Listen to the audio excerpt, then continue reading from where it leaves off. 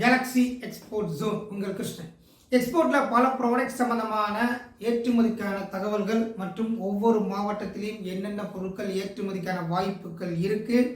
நீங்கள் உங்களுடைய பொருட்களை நீங்கள் உற்பத்தி செய்யக்கூடிய பொருளாக இருந்தாலும் சரி, வாங்கி விற்கக்கூடிய பொருளாக இருந்தாலும் சரி, அந்த பொருட்களை ஏற்றுமதி செய்வதற்கான அடிப்படையான தகவல்கள் இது எல்லாமே எங்களுடைய galaxy export zone YouTube channel இருக்க போய் பாருங்கள், சப்ஸ்கிரைப் பண்ணிக்கோங்க. நிறைய இன்ஃபர்மேஷன்ஸ் கிடைக்கும்.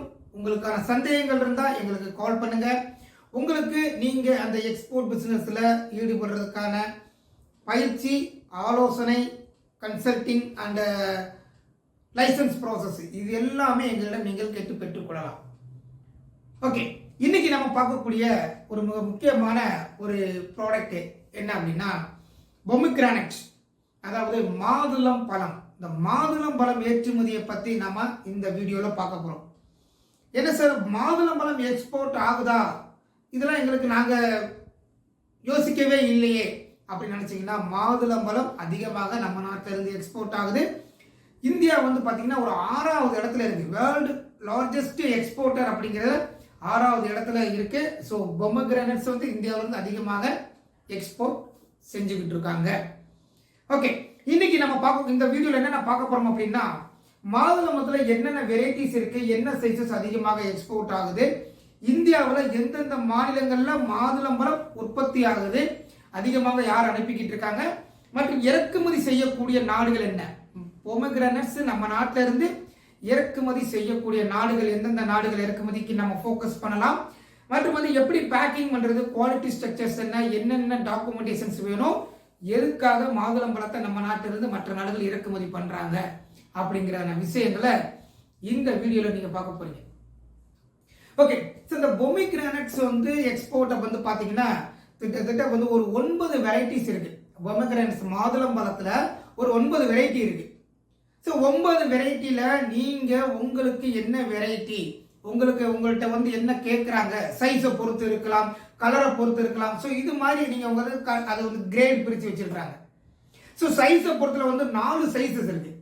அதாவது சூப்பர் சைஸ்ன்னு சொல்றாங்க, அப்புறம் கிங் சைஸ், குவீன், பிரின்ஸ் அப்படின்னு சொல்லி ஒரு 4 சைஸ் இருக்கு. அது வெயிட்டை பொறுத்து தனியாக பிரிக்கிறாங்க. ஸோ சூப்பர் சைஸுங்கிறது வந்து பார்த்தீங்கன்னா எப்பவும் 750 கிராம், அதாவது 750 கிராமுக்கு மேலே உள்ளது வந்து சூப்பர் சைஸ் அப்படிங்கிற லெவலுக்கு அந்த கிரேட் பிரித்து வச்சிருக்காங்க. கிங் சைஸ் வந்து பார்த்தீங்கன்னா 600லேருந்து 750 அல்லது 700, 600 to 700 கிராம் இருக்கக்கூடிய அந்த பொமிகிரானட்ஸ் வந்து கிங் சைஸ் அப்படின்ட்டு கிரேட் பிரிச்சிருக்காங்க.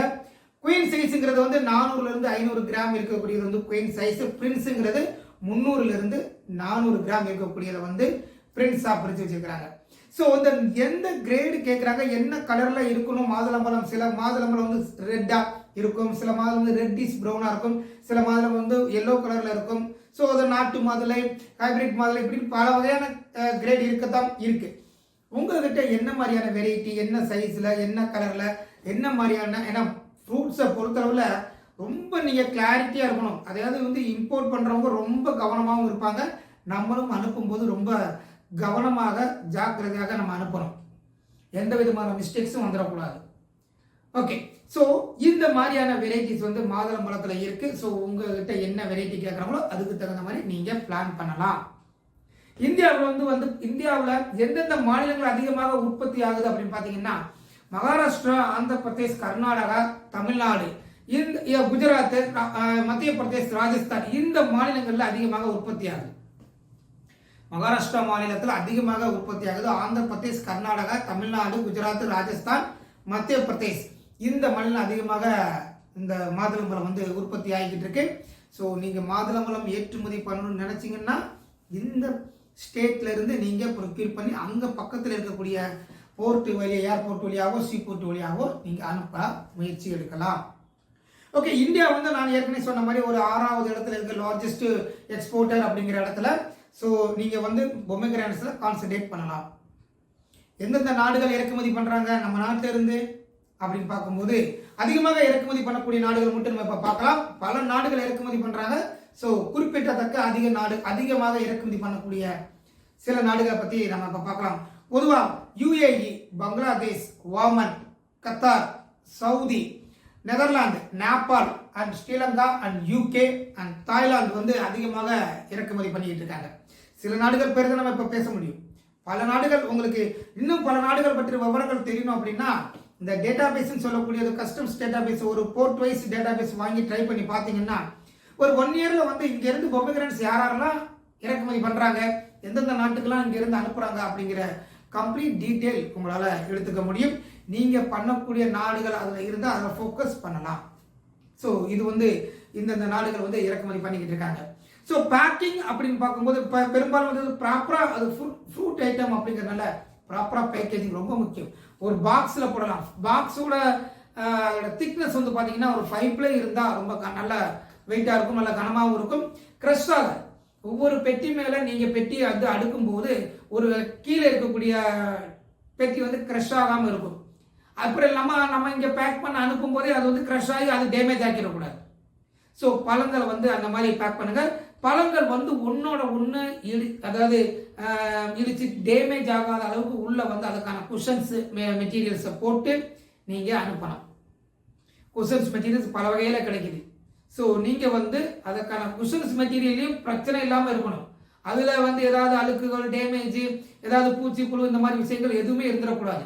ரொம்ப ரொம்ப அதில் ரொம்ப கவனமாக இருக்கணும். குஷன் மெட்டீரியல்ஸ் உள்ளே வைக்கிறதுல பேப்பர் ஐட்டமாக இருக்கட்டும், இல்லை ஏதோ ஒரு நம்ம அந்த ஒவ்வொரு பழமும் உரசாத அளவுக்கு இருக்கணும். சில பழங்களில் வந்து பார்த்தீங்கன்னா அதுக்கே கவர் போட்டிருப்பாங்க.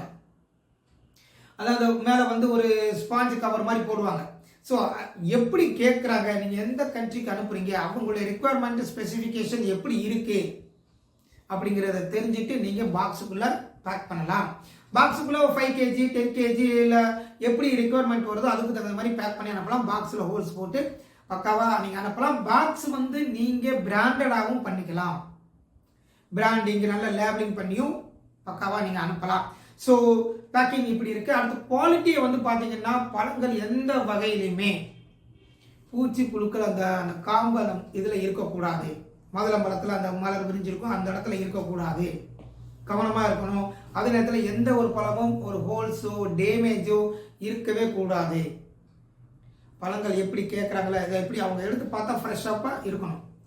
ஸோ அது மாதுளம்பழம் நீங்கள் வந்து ட்ரேட் பண்ணிங்கனாலோ இல்லை ட்ரேட் பண்ணுறவங்ககிட்ட கேட்டிங்கனாலோ உங்களுக்கு தெளிவான விளக்கங்கள் கிடைக்கும். ஒரு சப்ளைட்டு பேசுனீங்கன்னா எந்த மாதிரி மாம்பழத்தை எப்படி மாதுளம்பழத்தை எப்படி நீங்கள் பேக் பண்ணிங்கன்னா எப்படி டேமேஜ் ஆகாமல் போகும் அப்படிங்கிற விவரங்கள் உங்களுக்கு கிடைக்கும். ஸோ ட்ரை பண்ணி பாருங்கள். அடுத்து வந்து லேபிளிங் நீங்கள் பக்காவாக பண்ணி அனுப்பலாம். எந்த கண்ட்ரிலேருந்து கேட்குறாங்க அந்த லேபிளிங், அவங்களோட அட்ரஸ்ஸு, உங்கள் பிராண்டிங், உங்கள் இமேஜஸ் ஏதாவது இருந்தாலும் போட்டு நீங்கள் அனுப்பலாம்.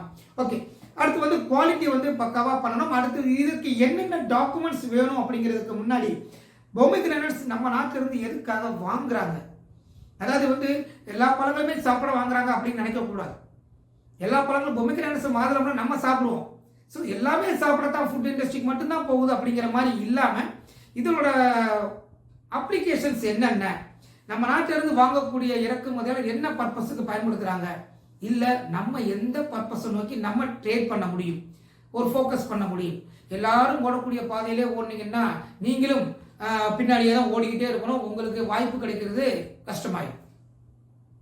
அப்போ நீங்கள் என்ன பண்ணலாம் அப்படின்னா, ஸோ நீங்கள் உங்களுடைய ஃபோக்கஸ் பாதையவோ உங்களுடைய பார்வையையோ மாற்றலாம்.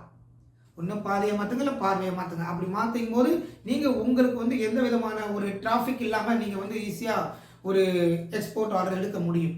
ஸோ அப்படி பார்க்கும்போது இறக்குமதி வந்து எதற்காக பண்ணுறாங்க அப்படின்னு பார்த்தீங்கன்னா இது பல வகையான இண்டஸ்ட்ரிஸ் போகுது. முதல் வந்து ஃபுட் இண்டஸ்ட்ரி, அடுத்து வந்து சிரப், இதில் இருந்து சிரப்ஸ் எடுக்கிறாங்க, டானிக் மாதிரி அந்த சிரப்ஸ் ஜாம் மாதிரி சாப்பிட்றது, இந்த மாதிரி பல விஷயங்கள் பண்ணுறாங்க. அடுத்து வந்து ஜூஸ் இண்டஸ்ட்ரி, பெவரேஜஸ் இண்டஸ்ட்ரி, அடுத்து ஃபார்மசூட்டிக்கல் இண்டஸ்ட்ரிக்கு பயன்படுது. அடுத்து ஆயுர்வேதம். இதனால் மாதுளம்பழத்தில் வந்து அந்த அளவுக்கு சத்துக்கள், முக்கியமாக நம்ம உடம்புக்கு தேவையான முழு முதல் சத்துக்கள் நிறைய இருக்குது. அப்படிங்கும்போது ஃபார்மசூட்டிக்கல் இண்டஸ்ட்ரி, ஆயுர்வேதா இண்டஸ்ட்ரியில் இதை ரொம்ப பயன்படுத்துகிறாங்க. ஹெர்பல் மெடிசன் தயாரிக்கக்கூடிய ஹெர்பல் இண்டஸ்ட்ரியிலும் பயன்படுத்துகிறாங்க. அப்புறம் முக்கியமாக பியூட்டி கேர், காஸ்மெட்டிக் இண்டஸ்ட்ரி, இதில் நம்மளுடைய அந்த பொமிகிரானட்ஸோட எசன்ஸ், எக்ஸ்ட்ராக்ட், ஆயில் இதெல்லாம் பயன்படுத்துகிறாங்க. ஸோ நீங்கள் வந்து ஃபோக்கஸ் பண்ணக்கூடிய விஷயங்கள் வந்து வேறு மாதிரி இருந்துச்சு அப்படின்னா உங்களுடைய முயற்சி வேகமாக பலனளிக்கும். ஸோ இதை கவனத்தில் வச்சுக்கோங்க. இதற்கு என்னென்ன டாக்குமெண்ட்ஸ் வேணும் அப்படின்னு பார்க்கும்போது கட்டாயமாக வந்து உங்களுக்கு இம்போர்ட் எக்ஸ்போர்ட் லைசன்ஸ் வேணும்.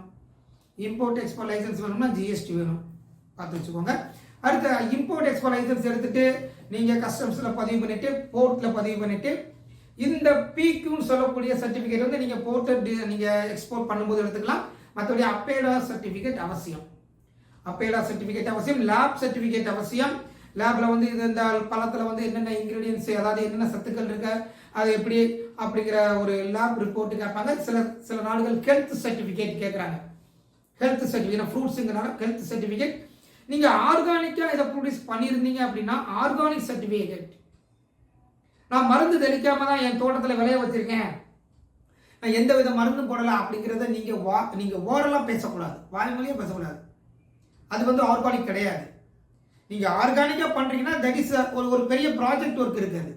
அந்த மாதிரி பண்ணி ஆர்கானிக் சர்டிஃபிகேட் என்பிஓபி, அதாவது நேஷனல் ப்ரோக்ராமிங் ஃபார் ஆர்கானிக் அப்படிங்கிற ஒரு சர்டிஃபிகேட் என்பிஓபி வாங்கினா மட்டும்தான், இல்லை ஆர்கானிக் சர்டிஃபை பண்ணக்கூடிய ஏஜென்சிலிருந்து நீங்கள் ஆர்கானிக் சர்டிஃபிகேட் வாங்கினா மட்டும்தான் உங்களுடைய பொருள் ஆர்கானிக். அதர்வைஸ் நீங்கள் வந்து சார் அப்போ ஆர்கானிக்காக தான் அனுப்ப முடியுமா? அப்படிலாம் கிடையாது. ஆர்கானிக்காக கேட்டால் இந்த மாதிரி நீங்கள் ட்ரை பண்ணலாம். அப்படி இல்லை நான் வந்து ஒரு பர்ஃபெக்டாக நான் பண்ணியிருக்கேன் அப்படின்னா you have to mention natural pomegranates அப்படின்னு போட்டுக்கலாம். நேச்சுரல்னு போட்டுக்கலாம். அப்போ ஆர்கானிக் நீங்கள் டிஸ்பிளே பண்ணணும் அவசியம் இல்லை, அது பண்ண வேண்டியதில்லை. ஸோ நேச்சுரல் பொமிகிரானட்ஸ் போட்டு நீங்கள் நீட்டாக பண்ணிக்கலாம். ஏன்னா லேப் சர்டிஃபிகேட்டில் உங்களுக்கு அது ப்ரூவ் ஆயிடும். நீங்கள் எந்த அளவுக்கு பெஸ்டிசைட் பண்ணியிருக்கீங்க, எந்த அளவுக்கு பூச்சிக்கொல்லி மருந்து தெளிச்சிருக்கீங்க, என்னென்ன உரம் போட்டிருக்கீங்க அப்படிங்கிற விவரங்கள் வந்து அதில் வந்து தெளிவாயிடும். அதனால தான் லேப் சர்டிஃபிகேட் கேட்குறாங்க. ஸோ இதெல்லாம் நம்ம கவனத்தில் வச்சுக்கோங்க. முக்கியமாக வந்து பூச்சி புழுக்கள் எதுவுமே அதில் இருக்கக்கூடாது, ஹோல்ஸ் ஓட்டைட்டாக எதுவுமே இருக்கக்கூடாது, டேமேஜ் இருக்கக்கூடாது. அதாவது சில பழங்கள் வந்து கீழே விழுந்தோன்னா டேமேஜ், அந்த இடத்துல வந்து ஒரு மாதிரி ஆகிடும். அது வந்து மற்ற பழங்களை டேமேஜ் பண்ணிடும். அப்போ ரொம்ப கவனமாக ஹேண்டில் பண்ணணும். ஃப்ரூட்ஸுங்கும் போது நல்ல லாபம் உள்ள ஒரு பிஸ்னஸ். ஸோ அதற்கு தகுந்த மாதிரி கொஞ்சம் ரிஸ்க்கும் எடுக்க வேண்டியிருக்கும். ஸோ கவனமாக டீல் பண்ணுங்கள். ஸோ அடுத்த ஒரு மிக முக்கியமான ஒரு வீடியோவில் பார்க்கலாம். நன்றி, வணக்கம்.